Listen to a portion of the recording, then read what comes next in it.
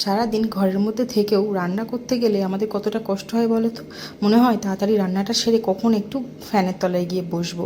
ঠিক সেরকমই যারা ট্রেনে বাসে ট্রাভেলস করে বা মাঠে চাষবাস করে তাদের কথাটা ভাবো তো একবার, এই প্রখর রৌদ্রে তাদের কতটা কষ্ট হয়।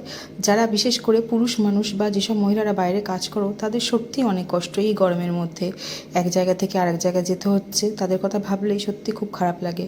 কিছু কিছু করার নেই, সবাই পেটের দায়ে কাজ করছে, সবাইকেই খেটে খেতে হবে।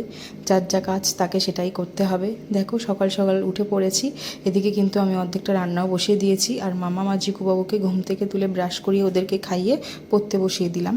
তারপরে ঘরটা কিন্তু সুন্দর করে গুছিয়ে নিয়েছি। আর জিকুবাবু তো একা ব্রাশ করতে পারে, বড় হয়ে গেছে, আর মামামকে একটু করিয়ে দিতে হয়।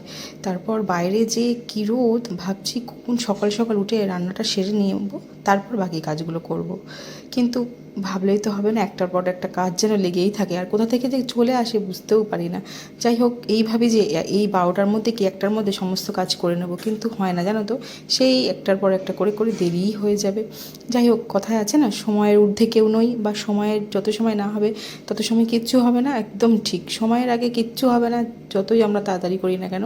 এখানে দেখো দুই বোন একটু খেলা করছে, আর আমি সেই ফাঁকে কিন্তু রান্না করে নিয়েছি। আজকে একদম সাদামাটা রান্না করেছি, তাও একটু পাতলা করে কাঁচকলা দিয়ে মাছের ঝোল করেছি, চুনো মাছ ছিল তার ঝাল করেছি, আর একটুখানি করেছি টেংরির ঝোল আর উচ্ছে আলু ভাজা। ব্যাস, এগুলো করতেই যেন আমার গা দিয়ে ঘাম টপটপ করে পড়ছে, ভালোই লাগছে না। যাই হোক, তারপর পেয়ারা কেটে দিয়েছি বাবুকে, তারপর চান টান করে বসে আছি। তো চলো টাটা, ফিরে আসছি আবার অন্য কোনো ব্লগ নিয়ে।